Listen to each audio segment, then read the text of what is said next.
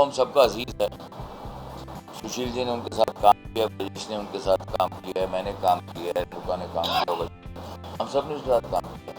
तो ये सिर्फ कीकू की बात नहीं है, ये बात है कि एक कलाकार ने एक शब्द बोला, एक लाइन बोली, जिसके लिए किसी आदमी ने उसको अरेस्ट कर दिया, ओवरनाइट उसको कहीं ले गए। उसके बाद उसके साथ, उसके घर परिवार के साथ, हमारी पूरी कल्चरल कम्युनिटी के साथ जो अन्याय हुआ, जो ज्यादतियाँ हुई, हम उसके बारे में बात करना चाहते हैं। जब ये समय आया है इस मुल्क में और इन सारे महान कलाकारों की छाया में कि शायद हम सबको अभी एंटिसिपेटरी बेल लेनी पड़ेगी इस इंडस्ट्री में काम करने के लिए। कोई कल क्या होगा, कौन हमें कहाँ से उठा के कहाँ ले जाएगा, हमें कुछ पता नहीं। हमें अपनी स्क्रिप्टें ऐसे लोगों से अप्रूव करवानी पड़ेंगी जिनके खिलाफ ये इशू हुआ है। तो ये हम कहाँ आ गए हैं, क्यों आ गए हैं और उसमें हमारी क्या भूमिका होनी चाहिए, ये सब हमारे देखने, सोचने और फैसला करने की बात है। जहाँ तक भावनाओं के हर्ट होने का, मुझे बड़ा अजीब लगता है कि ये कैसा मुल्क है कि कैसी छोटी छोटी चीज़ों में भावनाएं हर्ट हो जाती हैं। मेरी भावना तो इसलिए हर्ट हुई कि हमारे अपने अच्छे आर्टिस्ट के साथ ऐसी बदसलूकी की गई, उसे इस तरह से उठा के ले जाया गया, हरियाणा पुलिस ले गई उसको। मतलब इससे हमारी भावना हर्ट, तो उसका क्या, हमारी भावना है क्या मुझे हक है कि मैं अपनी भावना हर्ट होने के लिए हरियाणा पुलिस के खिलाफ या हरियाणा सरकार के खिलाफ कहीं एफआईआर कर सकता हूँ? यहाँ पे हम, मुझे हक है? नहीं। तो ये इतनी भावनाएं इतनी छुई मुई कैसे हो गई? इनफैक्ट कीकू जी ने तुरंत अपोलोजाइज किया। उसके ऊपर हमने सुना कि बाबा जी ने ये कहा कि हमको तो कोई ऐतराज़ नहीं। तो क्या आप अपने भक्तों को ये बता नहीं सकते कि आपको कोई ऐतराज़ नहीं?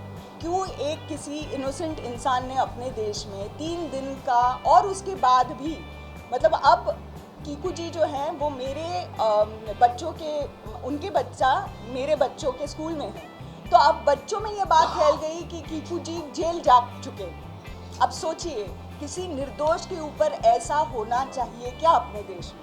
तो मेरा सिर्फ यही कहना है कि ये जो भी उनके साथ हुआ बहुत गलत है। हम सब उनके साथ हैं और चाहे जो भी कोई सा भी आर्टिस्ट हो, अगर उनके खिलाफ ऐसा कुछ होता है, हमको लगे कि ये अब बढ़ती जा रही हैं बातें, तो हम इसको आगे तक लेने तैयार हैं। ये मेरा मानना है। अच्छा, कीकूज ऑन स्काइप। ये पूरी चीज का दारोमदार सिर्फ मुझ पर क्यों है? उन सभी लोगों पे होना चाहिए जिन्होंने ये प्रोग्राम को कंसीव किया, सोचा बना सकते हैं, ये सोचा कि ये बनाएंगे, इस तरह बनाएंगे, इसे इस तरह प्रेजेंट करेंगे तो ये फनी होगा। तो वो सारे लोग उतने ही इन्वॉल्व होने चाहिए इस चीज में जितना मैं हूँ। लेकिन मैं थोड़ा सा अपने आप को, काफी हद तक मैंने अपने आप को अकेला पाया। That is one thing that I'm sad about and not so happy about. On behalf of your organization, Sinta, I apologize on record.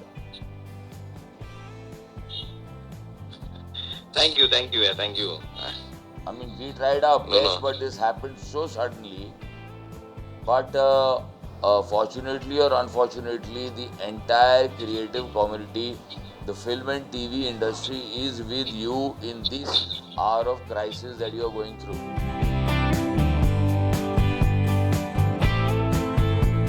एक तो 295A जो है उसको मेरे ख्याल से रिव्यू किया जाना चाहिए, क्योंकि 295A क्या लागू होती है यहाँ पर या नहीं होती। ये एक लीगल विषय है, मैं लीगल जानकार नहीं हूँ, लेकिन मुझे लगता है कि यहाँ नहीं होती वो लागू।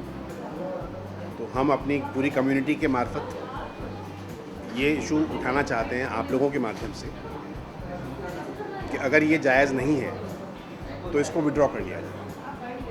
अगर केस बनता ही नहीं है तो फिर क्यों किसी को हैरेस किया जाए, क्यों किसी को परेशान किया जाए?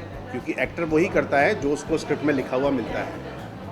और अगर इन छोटी छोटी चीज़ों पर अगर इतनी बड़ी कार्रवाई होने लगेगी तो फिर तो कोई भी खुल के नहीं जी पाएगा। नहीं, मेरा सवाल ये है कि अब तक चैनल पे क्यों केस नहीं हुआ, जिसने ब्रॉडकास्ट किया इस आइडिया पे? जैसे वो भी बात है कि अगर कोई भी चैनल जिस पर वो शो था, तो चैनल ने सोच समझ के ही वो बनाया होगा शो, चैनल ने सारी बातें ध्यान में रखी होंगी, तो फिर चैनल अब कहाँ है?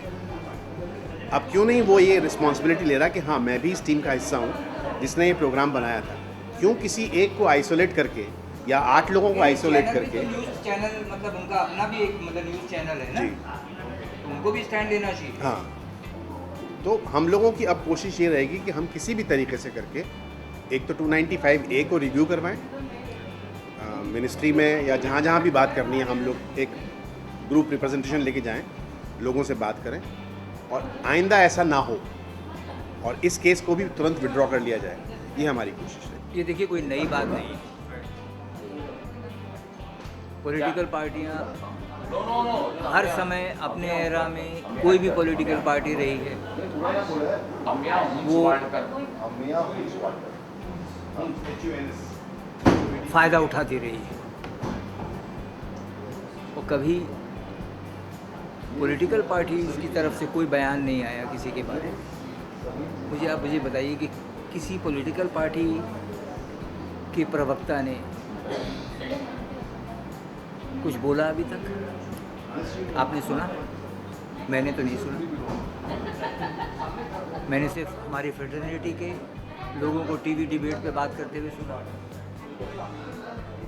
या चैनल के एंकर्स ने बात करते हुए सुना। मैंने किसी पॉलिटिकल पार्टी के प्रवक्ताओं को इस सब्जेक्ट पे बात करते हुए नहीं सुना, क्योंकि अल्टीमेटली सब पॉलिटिकल पार्टी का ध्येय वोट बैंक है।